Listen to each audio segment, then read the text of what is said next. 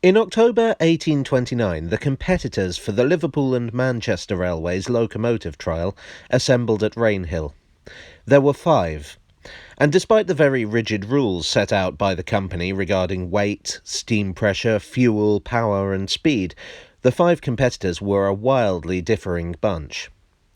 The Stephensons rocket we've already discussed in Part 2, the Great Yellow Hope with its experimental boiler. But that wasn't the favourite to win. That honour fell to John Braithwaite and John Ericsson's Novelty. By the standards of the 1820s, it looked like a glimpse into the future. It was a neat, compact, self-contained engine whose workings were largely concealed beneath its frames.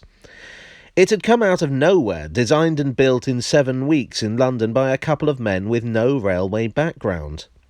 While the other engines were built for strength and power, Novelty was built for speed, based on a fire engine. Some commentators have suggested that it was literally an adapted fire engine. But it had been built so quickly that Braithwaite and Ericsson hadn't even had time to test it. John Dixon, a member of Team Rocket, described it as a new tea-urn, but secretly the Stephensons were concerned. George Stephenson watched anxiously as Novelty was trialled, only for the little engine to suffer a bellows failure and vanish in a cloud of steam. George was relieved, commenting, "Yon thing's got no guts." More worrying to them was Saint-Péray. Saint-Péray was nothing fancy, but it had been built by Timothy Hackworth. Hackworth had form. He'd been a pupil of George Stephenson and had built a number of successful locomotives already. But he wasn't a rich man, and unlike the Stephensons, he had no works of his own.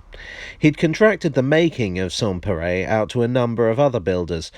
Notably, the Stephensons had cast the cylinders.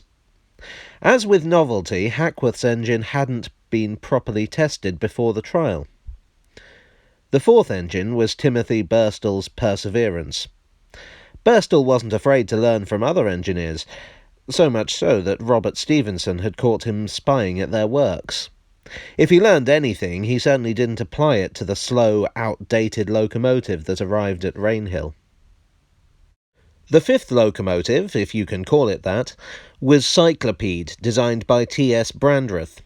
Brandreth apparently hadn't got the memo, and entered a horse-powered engine.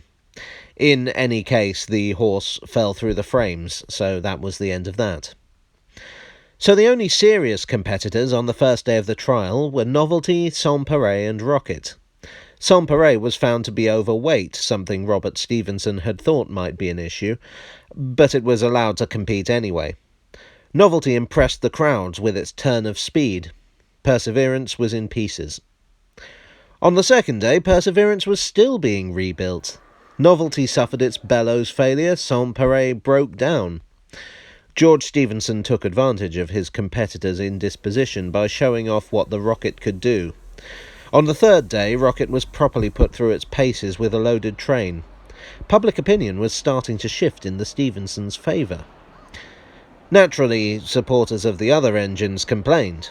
Team Saint-Péray suggested sabotage by the Stephenson works, but Hackworth was at another disadvantage.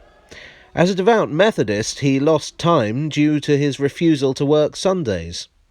Consequently, Saint-Péray wasn't ready to compete again until day 8 of the trial. Hackworth's engine demonstrated a surprising turn of speed, until the boiler failed. Hackworth then turned his attention to helping Novelty, which also suffered a boiler failure. The only working engines left were Rocket and Perseverance, which had certainly earned its name through Birstall's incredible perseverance in trying to get the damn thing to work. It moved, though barely. In the end, Rocket was the clear winner.